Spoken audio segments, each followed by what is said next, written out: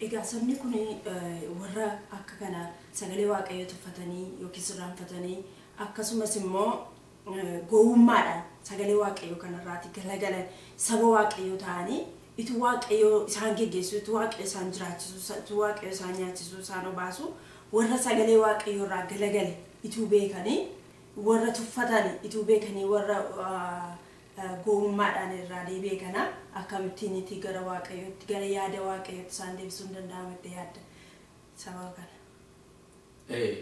Saba bade kana saba baduuf jiru kana yoo amma saba already bade kana gara waaqayyootti deebisuun dhugaa waaqayyoo barsiisuudhaati.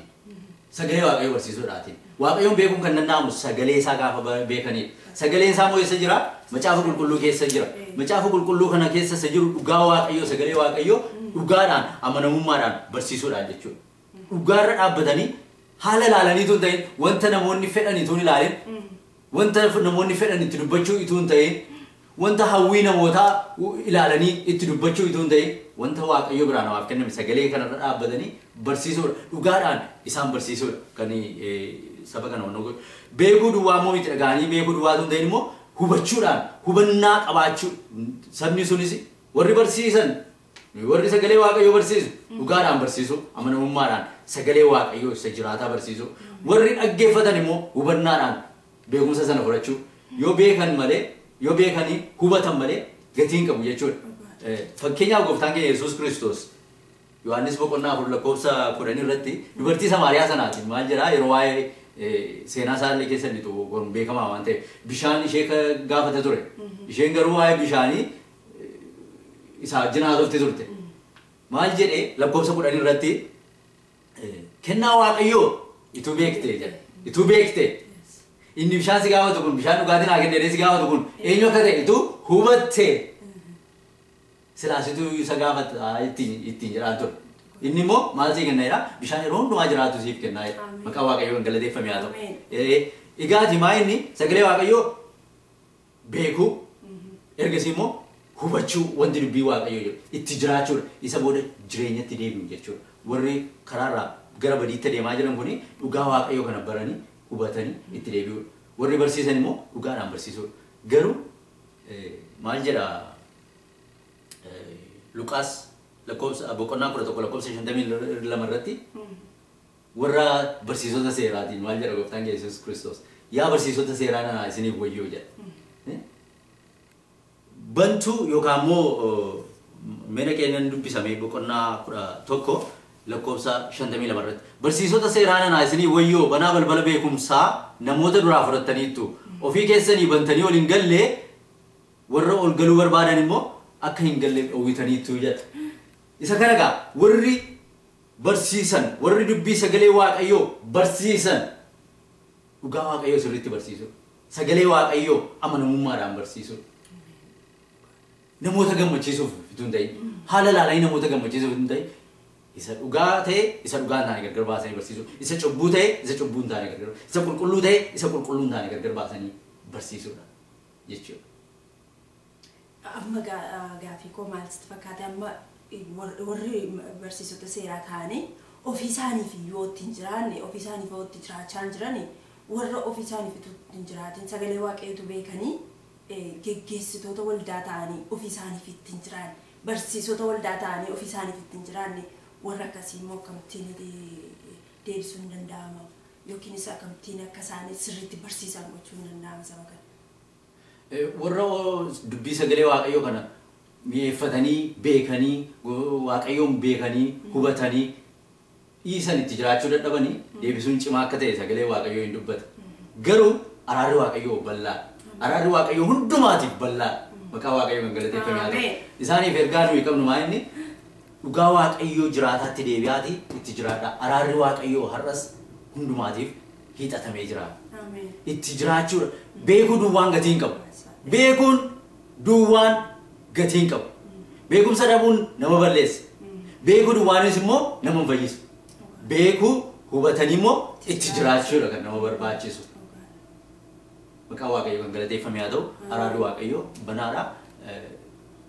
Itti araarri waaqayyoo banama diriiree jira jechuudha. Egaa akkuma jettee sagalee waaqayyoo hubachiisuun sagalee waaqayyoo barsiisuun baay'ee barbaachisaadha. Namoota tokko garuu yeroo itti barsiisuun yaaltu yeroo itti dubbachuu barbaaddu sagalee waaqayyoo keessaati Bible verse fuudhanii gara keetti darbatu. Xiqsi tokko fuudhanii gara keetti darbatu. Dubbii waaqayyoo hubachuudhaaf hin barbaadan warra akkasii akkamittiin deebisuu hin danda'aman yaadde? Sagalee waaqayyoo keessaa kutanii beekuun jireenya hamaan ta'u yookaan immoo inni samiti beekumsi inni nu jennu jechuudha. Sagalee waaqayyoo keessaa kutanii yookaan immoo versii sagalee waaqayyoo keessaa yookaan macaafa qulqulluu keessaati dubbachuudhaan beekumsa jechuu hin dandeenya. Sagalee waaqayyoo kan inni hubatamu tokkoffaa hafuura qulqulluudha kan nama hiiku kan nama barsiisu. Hafuurri qulqulluu yeroo nu akka barannu yeroo barbaannutti immoo macaafa qulqulluu sirriitti qayyabachuu yookaan immoo dubbifachuutu nurra jira jechuudha. Dhugaa waaqayyoo kana hubachuutu nurra jira jechuudha. Maal jedha gooftaan Yesuus Kiristoos warra Saduqootaatiin Maatiyos keessatti caafata qulqulluu hin beektanii humna waaqayyoos hin beektanii kanaaf dogoggortu kanaaf irraa kaattutti jedha ture. Yoo caafata qulqulluu kana yookaan immoo wanta scripture kana keessatti barreeffame sagalee waaqayyoo kana keessa wanti jiru kana yoo sirriitti hin hubanne dogoggorootu dhufa jechuudha. Ofii dogoggorree maal goone jechuudha nama dogoggorsuutu dhufa jechuudha. Jaamaan yeroo jaamaa geggeessu maal jedha macaafni qulqulluun ol fudhatanii baduu jedha boolatti kufuu jedha. Kanaatiif achi keessaa sagalee waaqayyoo keessaati versii fuudhanii yookaan immoo xiqsii fuudhanii dubbachuudhaatiin akka beekumsa sanaatiin akka beekumsaatti ilaaluun sirrii miti garuu guutummaatti kaantekstii keessatti hubachuu sagalee waaqayyoo macaafa keessatti macaafa yeroo jedhu macaafa fakkeenyaaf wangeela Maatiyos yoo ta'e wangeela Maatiyos guutummaatti hubachuun gaariidha. Achi keessaa immoo chaaptariidhaatiin yookaan immoo boqonnaatiin qayyabatanii hubatanii barachuun barbaachisaadha. Sagalee waaqayyoo yoo akkasittiin fudhachuu baanne keessaati bunne gooftaan Yesuus Kiristoos yeroo inni soomaa ture seexanni kan ittiin qoru macaafa qulqulluu keessaa sagalee fuudhuuti. Sagalee keessaa fuutee akkuma barbaaddutti jechuu hin dandeessa. Seexanni kan inni barbaadu nama maal gochuuf kuffisuuf balleessuuf ulfina irraatiin nama kuffisuuf nama gatuudhaatiif. Kanaatiif iddotti barbaade fuudheetu itti darbata ture gooftaan Yesuus Kiristoos. Gooftaan Yesuus Kiristoos garuu sagalettiitu hin ta'in guutummaa isaa beeka maqaa waaqayyoo eebbifamu. Guutummaa isaa waan beekuuf inni akkas jedhee maal akka inni ta'e guutummaatti itti hima ture. Akkas jedhee caafameera maqaa waaqayyoo galateeffamee haa ta'u haalelluuyaa. Guutummaatti beekuun barbaachisaadha. Ofii keenya darbannaa diinaarraa ofii keenya mataa keenyallee protect of gochuudhaatiif sagalee waaqayyoo guutummaatti beekuun barbaachisa jechuudha. Seexanni gaafa inni darbatu hammeenyaan gaafa sagalee waaqayyoo keessaa fuudhee sittis darbatus haa ta'u namni tokko immoo karaarraa yeroo inni ittiin badus haa ta'u yoo guutummaatti garuu hubachiisne karaa sanarraatii deebi'ee jechuudha maqaan gooftaa galateeffamee haa ta'u. Galanni waaqayyoo haa ta'u. Sagalee waaqayyoo dhugumaan baay'ee barbaachisaadha. Guutummaadhaan sagalee waaqayyoo qabaachuun baay'ee barbaachisaadha bara kana keessa keessumaati. Dhumarratti walumaa galatti yaada yoo qabaatteef deebisuu hin dandeessa. Egaa waaqayyoon beekuun jireenyatti nama geessa. Maal jedhee waaqayyo wallaalummaadhaan yookaan immoo waaqayyoon beekuu dadhabuun badiisa akka fiduu dubbata sagalee waaqayyoo. Waaqayyoon beekuun immoo gara jireenyaatti nama geessa. Waaqayyoon beekuuf maal jedhe gooftaan Yesuus Kiristoos anaan malee gara abbaa dhaquun hin danda'amu jedhe. Kiristoosiin beekuu malee waaqayyo abbaa bira dhaquun hin jiru jechuudha. Har'a ergaa nuyi qabnu namootaatii fi gooftaa keenya Yesuus Kiristoosiin beektuu har'a. Gooftaa keenya Yesuus Kiristoosiin beekuun baay'ee barbaachisaadha. Inni karaadhaa jireenyas maqaa waaqayyoo eebbifamu. Kan gara abbaatti nama geessu eenyudha? Karaa isaa duwwaadha jechuudha. Kanaatiif Kiristoosiin beekuun Kiristoos nuuf dhufee nuuf du'uusaa du'ummoo miti du'ee namni haalelluuyaa du'aa immoo ka'eera. Du'aa ka'uusaa sana immoo beeknee har'a uniif jedhee mirga waaqayyoo abbaa jiraachuu isaa beeku barbaachisaa akka inni ta'e jireenya akka inni ta'e erga waaqayyoon beeknee gara jireenyaaf akka hin taane barbaachisaa warri sagalee waaqayyoo barsiisu wanta ogummaa waaqayyoo kana gufachiisu hundumaa maal gochuu kan dura dhaabbatu hundumaa diiguun nurra jira.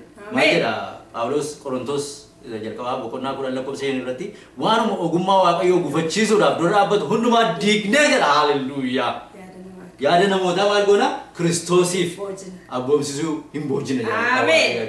isa kana jechuudha Kiristoosiin gara Kiristoositti namoota fidu namooti immoo gara Kiristoos dhufuun jireenya akka ta'e beekuun akka isaan irra jiru ergaa keenya hin dhiyeessinaaf jechuudha. Ameen. Egaa Waaqayyoon beekuun karaa dubbii isaatiiti. Sagalee Waaqayyoo jiraataadha humna fayyisuus of keessaa qaba. Dubbii Waaqayyoo dhageessuu duwwaatu hin ta'in warratti jiraatan akka taanuuf Waaqayyoon nu haa gargaaru. Kanaaf lafa sagalee Waaqayyoo dubbiin Waaqayyootti dubbatamu sagalee Waaqayyootti barsiifamu dhaqaatii sagalee Waaqayyoo qoradhaa. Dhuunfaattis dubbii Waaqayyoo qorachuun baay'ee barbaachisaadha. Maqaa Waaqayyoo kan eebbifame haa ta'u gooftaan isin haa eebbisu. Barri kun bara hamaadha. Gaarii fakkaataa si miidha. Qalbii koo